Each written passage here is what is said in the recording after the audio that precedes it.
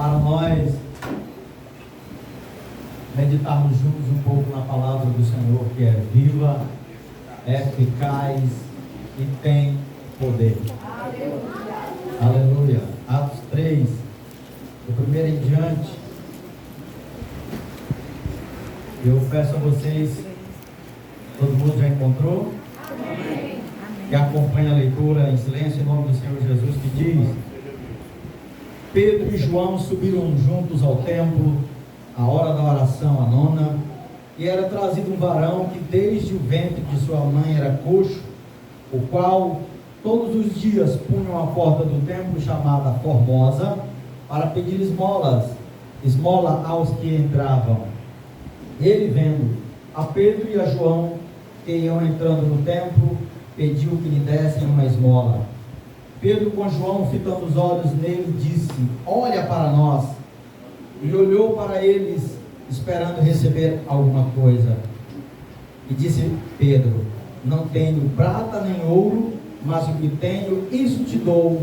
Em nome de Jesus Cristo Nazareno, levanta-te e anda. E tomando pela mão direita, o levantou, e logo seus pés e tornozelos se firmaram. Amém?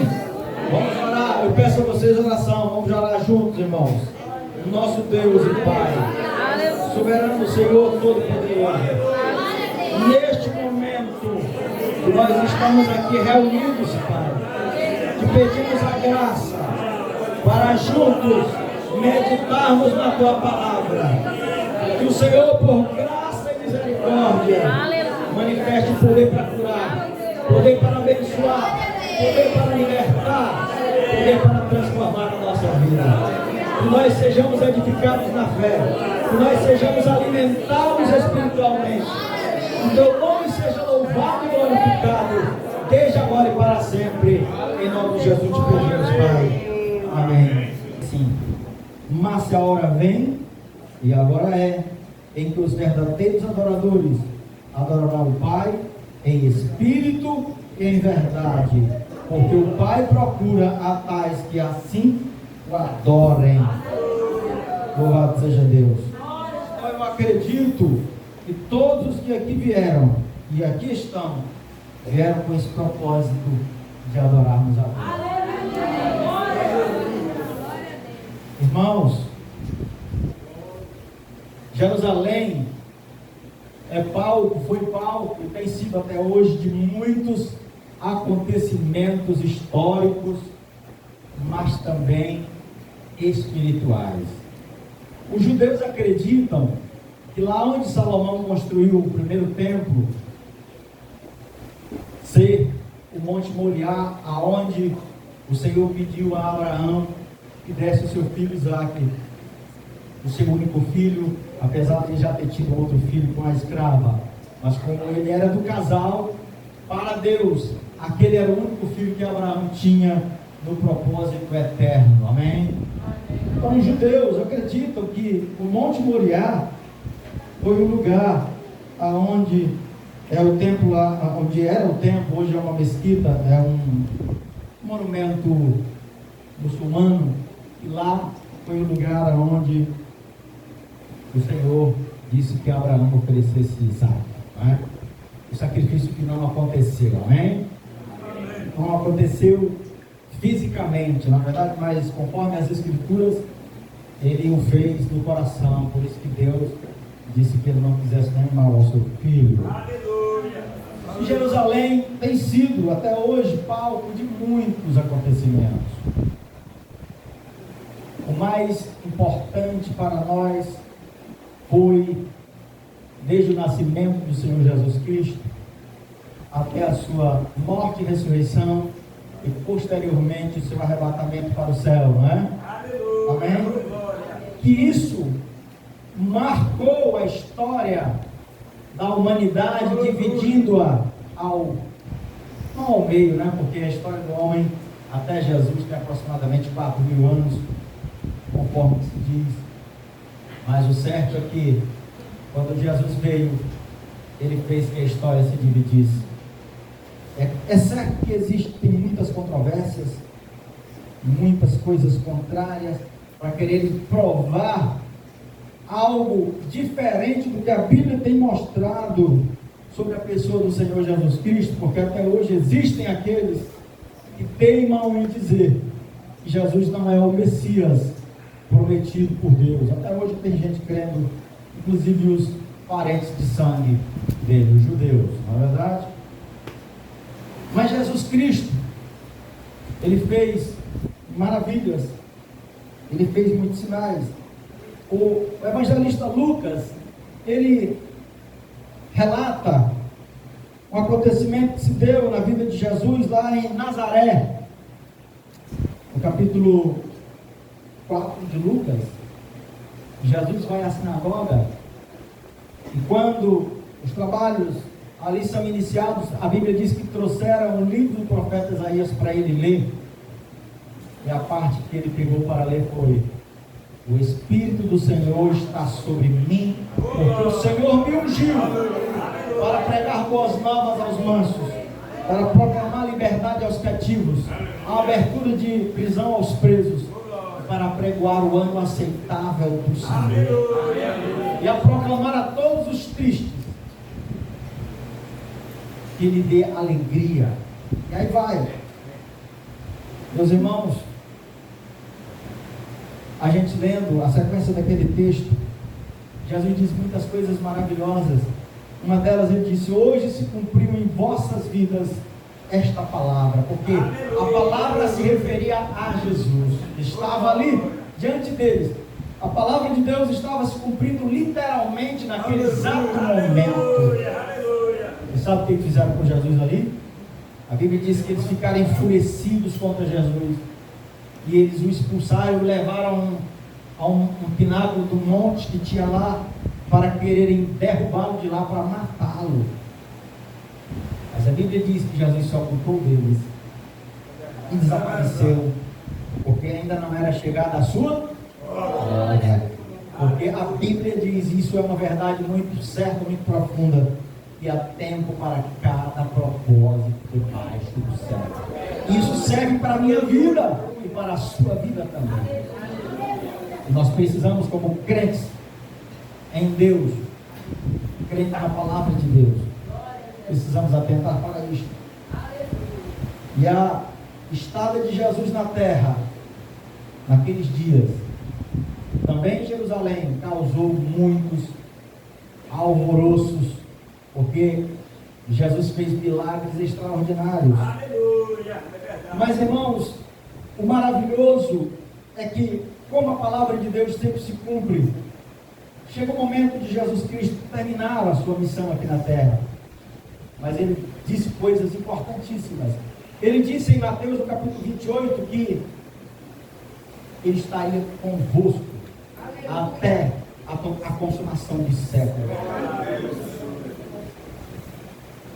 E quando ele sai da terra, ele deu a missão a um povo que ele tinha chamado.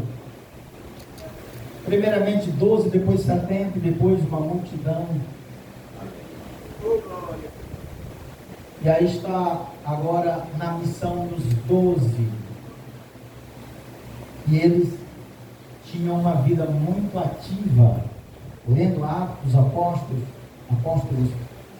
os apóstolos, eles não cessavam de trabalhar, de fazer a obra de Deus, de cumprir a missão que o Senhor Jesus tinha dado para eles. No capítulo 2 de Atos, depois que Jesus Cristo foi recebido em cima nos céus, conforme Atos capítulo 1, eles voltam para Jerusalém. Eles estavam no Monte das Oliveiras, caminho da distância de um sábado, caminhada aí de uns 500 metros, no máximo 1000 metros. Eles voltam para Jerusalém, eles ficam no cenáculo, e lá eles buscam a Deus, e acontecia a festa de Pentecostes, que acontece 50 dias depois da Páscoa, não é isso? Jesus morreu na véspera da Páscoa, né? Passa 3 dias, 3 noites sepultado, ressuscita no final do sábado, conforme as Escrituras, amém? E 40 dias depois dele passar aqui com seus discípulos e visto por mais de 500 irmãos, ele é recebido lá no Monte das Oliveiras, onde ele estava. Ele foi elevado às alturas, e a Bíblia diz que 2 anjos se puseram ali aonde aqueles discípulos todos estavam olhando para cima, e eles perguntaram: varões galileus, por que vocês estão olhando para cima? Esse Jesus que foi recebido em cima do céu há de vir da mesma forma que eles viram. Então, irmãos, eles voltam para Jerusalém. Eles estão ali no cenáculo, reunidos em número de quase 120, quando mais uma vez a palavra de Deus se cumpre, e há um derramamento do Espírito Santo de Deus sobre quase 120 irmãos no cenáculo, lá em Jerusalém. Aleluia. Jerusalém estava cheia de judeus vindo de várias partes do mundo para cultuarem a Deus, continuando celebrando as festas. E de manhã cedo, por volta da 3ª hora do dia, foi o momento que se cumpriu Joel capítulo 2. Aleluia, Senhor. E a Bíblia diz que aqueles discípulos foram cheios do Espírito Santo e começaram a serem vistas línguas repartidas como que de fogo. E ali houve um barulho santo muito grande, irmão, a ponto de chamar a atenção das pessoas que estavam em Jerusalém celebrando ao Senhor Deus as suas festividades. E eles correm para a porta daquele cenáculo, e naquele momento o Espírito de Deus move-se na vida de Pedro, e ele vai para o pátio daquele local, ou janela, porque estavam no primeiro andar, e os homens na porta ali, em volta daquele cenáculo, diziam entre si: estes homens estão embriagados, esses homens estão bêbados, estão cheios de vinho. Então Pedro, naquele momento, ele vai explicar o que acontece. Ele diz: olha o que está acontecendo aqui hoje. E olha que aqueles homens eram conhecedores da palavra de Deus, eles eram crentes em Deus. O problema deles é que eles estavam querendo andar por um outro caminho. Eles não tinham entendido a mensagem que Jesus pregou. Aleluia. E eles estavam andando por outro caminho, querendo servir a Deus, mas não estavam se sujeitando ao que Jesus Cristo tinha ensinado, tinha deixado ali. Então Pedro começa a explicar o que tinha acontecido. Diz: olha, o que está acontecendo aqui hoje é o que foi profetizado por Joel. Eis que nos últimos dias derramarei o meu Espírito sobre toda a carne. Então ele descreve tudo que a profecia diz ali. Vossos filhos e as vossas filhas profetizarão, os vossos jovens terão sonhos, terão visões. Irmãos, naquela manhã, para aquele povo que conhecia as profecias também, não foi muito difícil deles entenderem. E o Espírito Santo que estava na vida daqueles quase 120 discípulos também inundou a vida daquela multidão que estava lá fora, a ponto deles perguntar: e agora, varões galileus, o que nós haveremos de fazer? Pedro aproveita e diz: vocês se arrependam dos seus pecados, vocês sejam batizados em nome do Senhor para o perdão dos vossos pecados, e vocês vão também receber a mesma promessa. E a Bíblia diz que quase 3.000 almas, irmãos, naquela manhã se convertem ao Senhor Jesus Cristo, entendem. O Senhor Deus abre o entendimento deles para que eles compreendessem as Escrituras Sagradas. Aleluia. Se a gente parar para imaginar os sentimentos das pessoas naquele momento, depois do batismo do Espírito Santo, daqueles quase 120, de quase 3.000 pessoas rendendo-se a Deus, a Cristo Jesus, como estavam os ânimos daquelas pessoas? Eles estavam tocados profundamente, amém? O próprio texto diz isso. Eles estavam profundamente tocados pelo Espírito Santo de Deus. Aleluia. E a missão continua. Logo em seguida, Pedro vai ao templo. As atividades do templo eram frequentadas pelos discípulos de Jesus também, amém? Eles não deixaram de adorar a Deus, por eles não terem um lugar específico para isso, ou próprio deles, daquele grupo, mas eles iam para o templo, porque ali eles se identificavam, porque ali estava a palavra de Deus. Ali estava um lugar que Deus tinha se manifestado. Também, no dia que Salomão dedica aquele templo a Deus, ele faz uma oração profunda a Deus. Aleluia. E aquele lugar também foi cheio do Espírito Santo. Foi cheio da glória de Deus. Então os apóstolos, a Bíblia diz que eles não podiam se calar. E estando no templo a 9h do dia, que era a hora da oração, à tarde, lá em Jerusalém, está entrando Pedro com João àquele templo. Irmãos, aqui eu quero fazer uma pausazinha, porque eu sei que todos que aqui estão têm uma necessidade, tem duas, tem três, tem várias necessidades, não é verdade? E tem também desejo de receber de Deus algo nesta noite. E a gente fica pensando naquele pobre homem aleijado de nascença, a Bíblia diz, desde o ventre da mãe. Ele estava ali para pedir esmola, porque era a necessidade mais urgente dele. Era o sustento, não é? Não é verdade? Amém? Fisicamente falando, a necessidade mais urgente do ser humano é comida, bebida, roupa, bem mais para frente um pouquinho, né? E ele estava ali porque ele precisava de ganhar o pão dele. Amém. Ele pediu esmola. Irmãos, mas Deus, a Bíblia diz que Deus é riquíssimo. Aleluia. É riquíssimo em bondade e misericórdia. A Bíblia diz também que Deus dá muito mais além do que nós pedimos ou imaginamos. E aquele homem está lá. Quando ele vê Pedro e João, ele olha para eles e pede esmola. Mas como Deus é bom e dá muito mais além do que pedimos ou pensamos, Deus vai fazer uma obra que vai sanar o problema dele de mendicância, não é verdade? Amém? Isso é algo maravilhoso, porque se fosse dado uma esmola de, vamos dizer no valor de hoje, de 5 mil reais ou de 10 mil reais, isso não resolveria o seu problema a longo prazo, amém? Resolveria a médio, a pequeno prazo, a médio prazo, mas a longo prazo ele estaria com o mesmo problema. E Deus deseja manifestar o seu amor. Deus deseja manifestar a sua bondade. Porque Ele quer que cada ser humano criado à sua imagem e semelhança prove o quanto Ele é bom. Tem um videozinho que a gente vê na internet,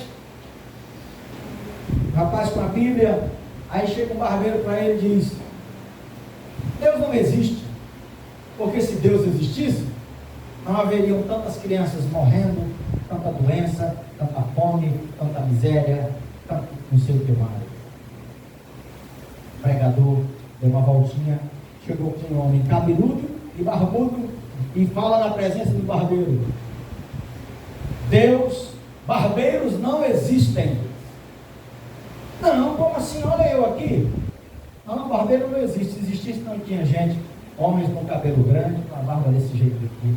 Não, ele está assim porque ele não me procura. Ah, pois aí está a moral da história.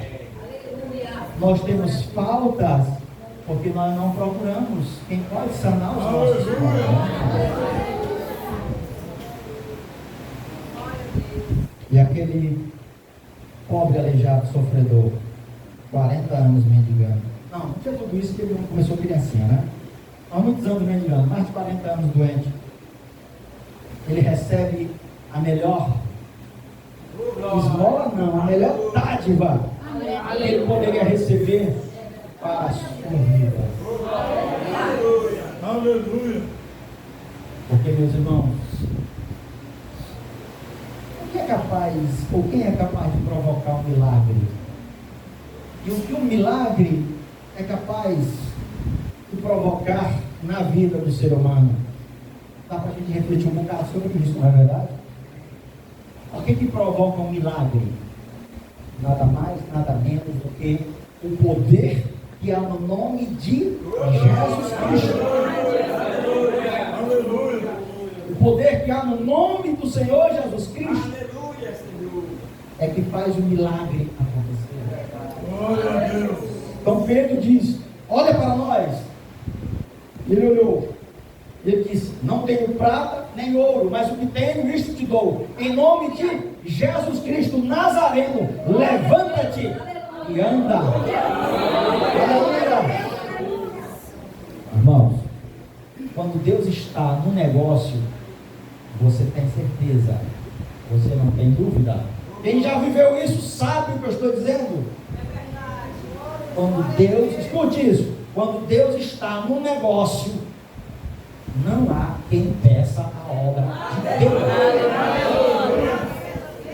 E quando Pedro dá a sentença, em nome de Jesus, levanta-te e anda, sabe o que Pedro fez? Ele, cheio de certeza, não havia dúvida nenhuma. É por isso que ele pega na mão do homem para levantar. Aleluia. Essa é a certeza quando Deus está operando o que Ele dá.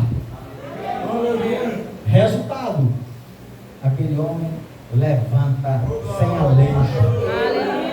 Aquele homem levanta curado, com a sua dignidade devolvida, a qual ele nunca tinha tido, na verdade. E sabe o que acontece agora? Ele não larga mais o pé dos apóstolos, não é? Ele não larga o pé dos apóstolos por nada nessa vida, amém, irmãos? E isso vai causar muita coisa boa. Muita coisa boa. A Bíblia diz que ele continua ao pé dos apóstolos. Deixa eu ler aqui, porque, como foi falado hoje para a gente ler a Bíblia, se não passar 6 meses com um garfo guardado dentro da Bíblia, né? Aí a gente dá uma lidazinha aqui, gastar nosso tempo aqui, os últimos 15 minutos, lendo agora, vamos só ler. Leio, meditar. Depois do milagre aí, versículo 6, e disse Pedro: não tenho prata nem ouro, mas o que tenho isso te dou. Em nome de Jesus Cristo Nazareno, levanta-te e anda. E tomando pela mão direita, levantou, e logo seus pés e tornozelos se firmaram. E saltando, olha só o que ele fez agora. E saltando ele, pôs-se em pé, e andou, e entrou com eles no templo. Ele estava no alpendre, ali do lado de fora, ele entrou no templo com eles. Andando e saltando, e fazendo o quê? Louvando a Deus. Que deve ser a reação de toda pessoa que é abençoada por Deus, é louvar a Deus. Agora veja só, versículo 9. E todo o povo viu andar e louvar a Deus. A rotina do templo naquele dia foi quebrada, foi alterada, irmãos. Versículo 10. E conheciam-no, pois era ele o que se assentava a pedir esmola à porta formosa do templo. E ficaram cheios de pasmo e assombro pelo que lhe acontecera. Agora ali vai provocar muitas coisas, né? Vai provocar muita coisa, até porque Pedro com João não eram mestres do ponto de vista do judaísmo tradicional, não tinham frequentado faculdade, eram pescadores, iletrados, como é dito em algum lugar. E agora como era que eles iam, como é que iam receber os mestres de Israel, os doutores da lei, os sumos sacerdotes, os sacerdotes?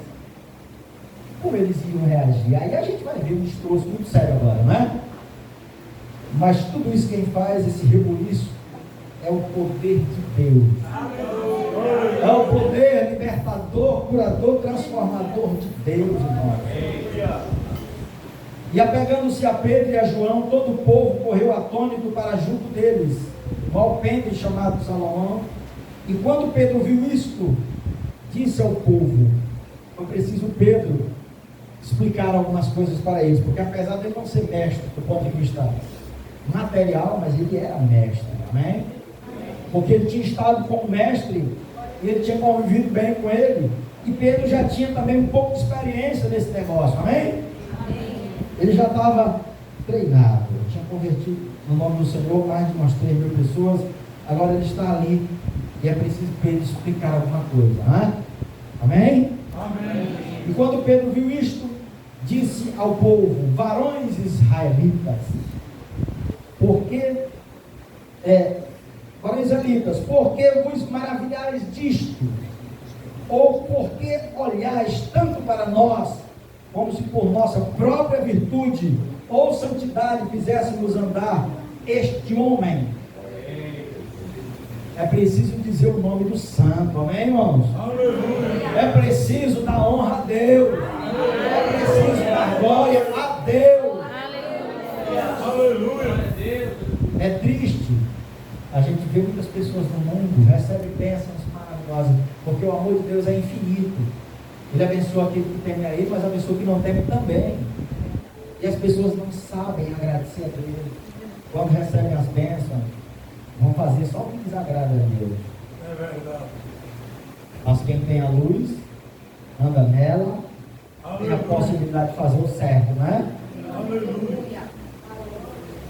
Ou porque olhais tanto para nós, como se por nossa própria virtude ou santidade fizéssemos andar este homem, o Deus de Abraão. Olha só, irmãos, essa mensagem ela é muito profunda, porque o que Pedro está dizendo ali agora, ele está querendo mostrar para aquele povo que é o Deus deles também, apesar deles estarem distantes, mas é o Deus deles também que está fazendo aquilo. Deus está querendo, na verdade, não é só fazer aquele paralítico andar depois de 40 anos de vida, mas Ele quer também, porque quem provoca o milagre é Deus. Qual é o efeito desse milagre provocado? Deus quer transformar vidas. Deus quer abrir a visão das pessoas em relação a Ele. Hoje existe não vou dizer distorção, é torção, né?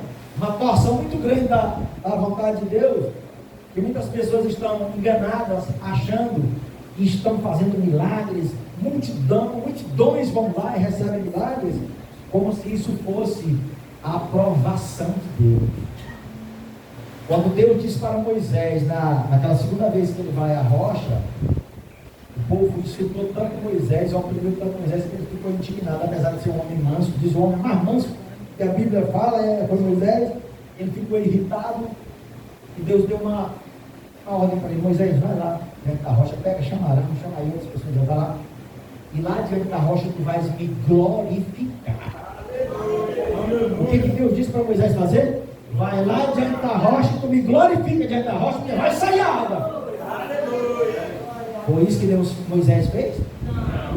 Na carne ele foi lá zangado, aí ele deu um discurso, fazendo um desabafo para os representantes, os príncipes lá, os rebeldes. Vocês vão ver aqui agora que tem Deus em Israel e coisa e tal.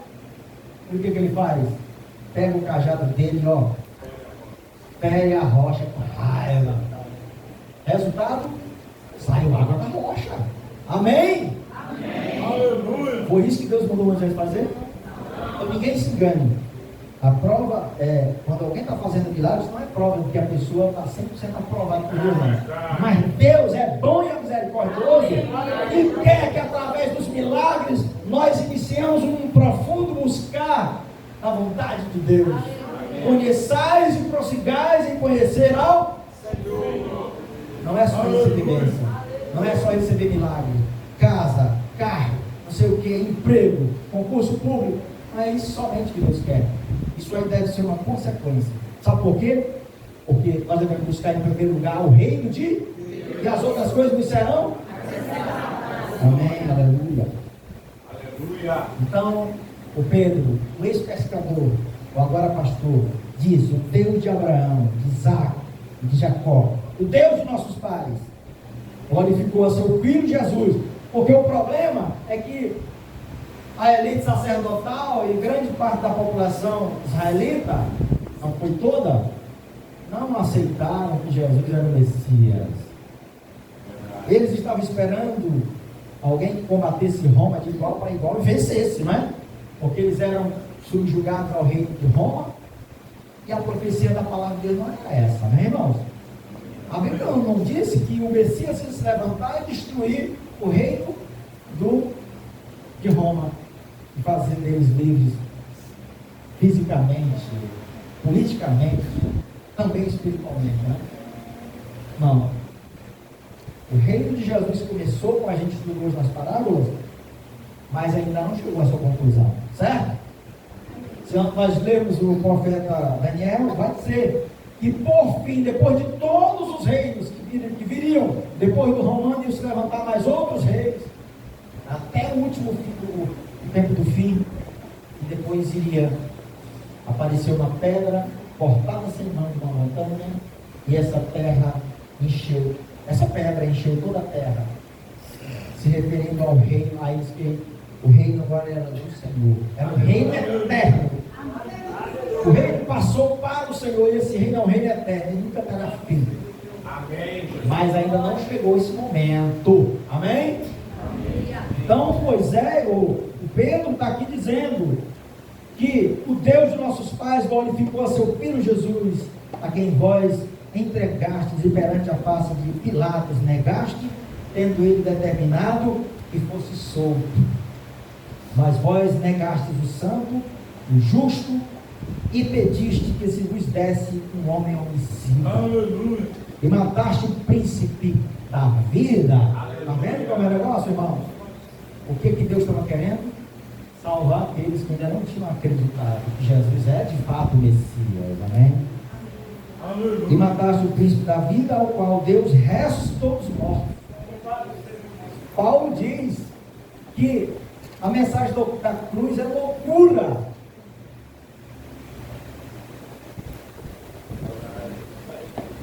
É loucura para os judeus e que mais para os gregos, como é? Me ajudem aí. Quem é que se lembra do versículo, como é que diz? Mas deixa para lá, vamos lá. Então mataste pelo príncipe da vida, qual Deus ressuscitou dos mortos, que nós somos testemunhas. E pela fé no seu nome, fez o seu nome fortalecer a este, que vedes e conheceis. E a fé que é por ele, por Jesus, deu a este, na presença de todos vós, esta perfeita saúde. E agora, irmãos, eu sei, olha o que ele diz aqui, ó. Eu sei que o fizeste por ignorância, como também os vossos príncipes, mas Deus assim cumpriu o que já antes pela boca de todos os seus profetas havia anunciado, que o Cristo havia de padecer. A mensagem mais sublime. Agora, versículo 19: arrependei-vos. Às vezes a gente pega esse versículo para pregar para os ímpios, não é? Essa mensagem está sendo pregada para crente. Essa mensagem está sendo pregada para crentes. Arrependei-vos e convertei-vos, para que sejam apagados os vossos pecados, e venham assim os tempos do refrigério pela presença do Senhor, e envie ele a Jesus Cristo, que já antes vos foi pregado, o qual convém que o céu contenha até ao tempo da restauração de todas as coisas. Está vendo? Tem um tempo de Deus restaurar todas as coisas, e esse tempo ainda não chegou. O reino não teve a sua conclusão ainda, mas ela terá. Então, irmãos, que nós possamos meditar nessa palavra. O tempo já se foi, e eu quero agradecer muito a Deus, e que nós possamos meditar na palavra de Deus, como disse no princípio, porque ela é viva, ela é eficaz e ela tem poder. E Deus faz muito mais do que nós pedimos ou pensamos, porque Ele é Deus. Aleluia. O Senhor nos abençoe e nos guarde. Amém.